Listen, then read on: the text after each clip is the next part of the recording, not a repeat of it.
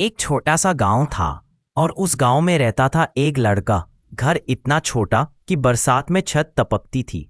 कभी कभी घर में खाना भी पूरा नहीं होता था। उसकी माँ दिन भर मेहनत करती और पिता भी मजदूरी करते थे, लेकिन फिर भी गरीबी उनका पीछा नहीं छोड़ती थी। गांव के लोग अक्सर उस लड़के को देखकर कहते, तू गरीब है तो कुछ बड़ा नहीं कर पाएगा।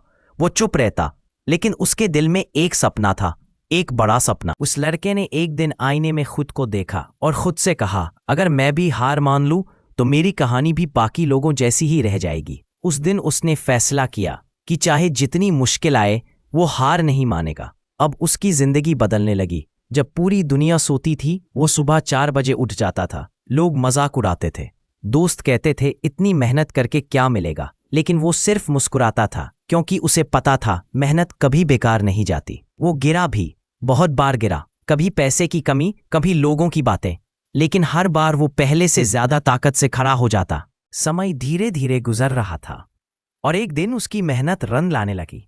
लोगों ने उसे नोटिस करना शुरू किया। जिस लड़के पर लोग हंस रहे थे, आज उसी की कहानी सुनने लगे। वो अब पहले वाला कमजोर लड़का नहीं था, वो अब एक मिसाल बन चुका था। कुछ साल बाद वही लड़का एक बड़े मंच पर था। हजारों लोग उसे सुन रहे थे।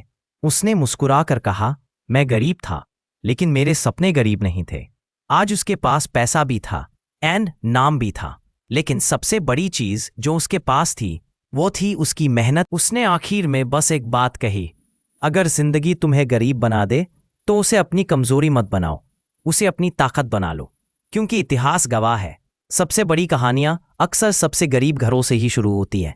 याद रखना, गरीबी तुम्हारी शुरुआत हो सकती है, लेकिन तुम्हारा अंत नहीं। हर गरीब के अंदर एक कहानी होती है, उस कहानी को तुम्हें लिखना है। जिंदगी तुम्हें नए मौके दे